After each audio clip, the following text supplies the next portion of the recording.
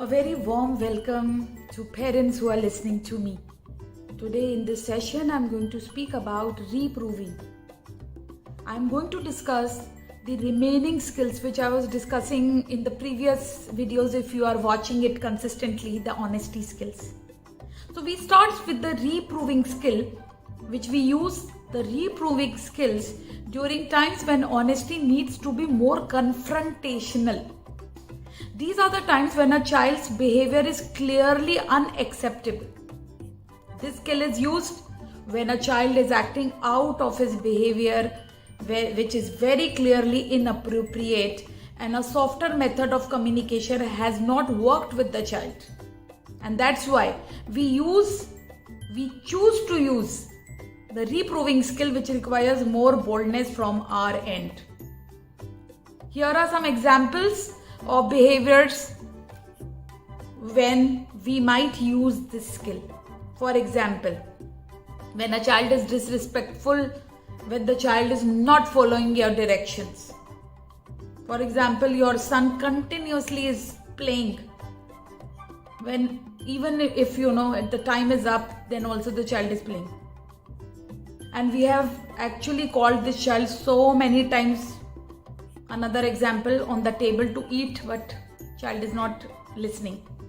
Child is hitting the sibling, is cursing or using bad language. Notice that each of these examples, the child is acting is clearly an inappropriate behavior, and on a contrary, it is against the rules and principles of our family. So the scale is to be used to communicate how appropriately we need to communicate to the child. When it is really out of the boundary and unacceptable, follow these 5 steps. It will help you. The number 1 step is give a clear, sharp sentence of correction. Like, we don't want you to really do this again. It's not about moralizing or lecturing or justifying our point of view or letting them know what we will and what we will not, what we will and what we will not accept and tolerate.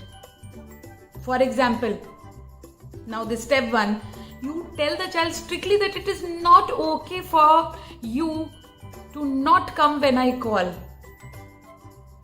Second example, step, you can say, sometimes we may ask them what they can do to correct their behavior. More, we can tell them exactly what is expected from them. So in step number 2, we need to tell them that you need to come now.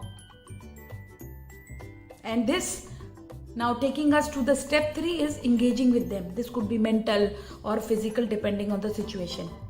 Sometimes we turn and walk away. We don't confront the situation. We turn our attention away from the child. So we don't get caught up into arguments or explanations or conflict situations. We look away of continuing doing like let the child be in his or her way. But this does not work. So again, another step. Impose a consequence. If a child doesn't comply, you don't go into arguing, lecturing, threatening. You just carry out the consequence like related to the behavior, or you carry out an act of consequence. You cannot just be you threatening in your words. You need to act. And let me tell you, words are only 7%. Never go by the words of anybody. And even people go by your actions. For example, tell the child that he won't be taken to the restaurant for eating on Sunday as he hasn't listened. And give example of his inappropriate behavior. So in step 4, you take away a particular privilege. You need to take away the privilege away from your child to impose the consequence on him or her. Now coming to the 5th step is show love afterwards. It's always good to circle back and show an increased love in child towards the child which you have just reproved. This is a time to show softness, to ask few questions, to invite the child to talk about what happened, to reinforce not only our limit but also our love. The caution is not to do this quickly or you undergo the effect of reproof that needs to come out of you after some time. It will come as a parent. Well, let me give you an example or proven example to explain you so that you will get this example. If there is a child 5 years old and he or she hates his 3-year-old brother like with a toy car, the mother saw that this is happening and walks away, like yelling, "You don't hit your brother, why are you hitting your brother, now you leave this car and go away from your brother." So in this step, we are telling this child that what she expects, to immediately turn and walk away from the room too, as she continues to the kitchen expecting that he will do what he told. While a few seconds later, this child falls on the ground and starts crying. And mommy ignores his crying and continues to prepare the dinner, knowing that she will get back to comfort him in a few minutes. But not now, as she wants to teach him a lesson for his consequence of bad behavior of hitting the younger one.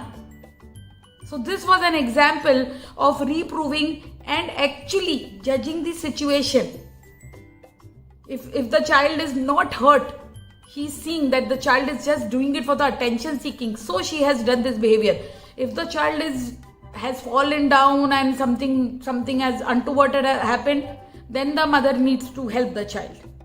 So you need to at all point take a call when what kind of behavior will install a better understanding and communication in your child.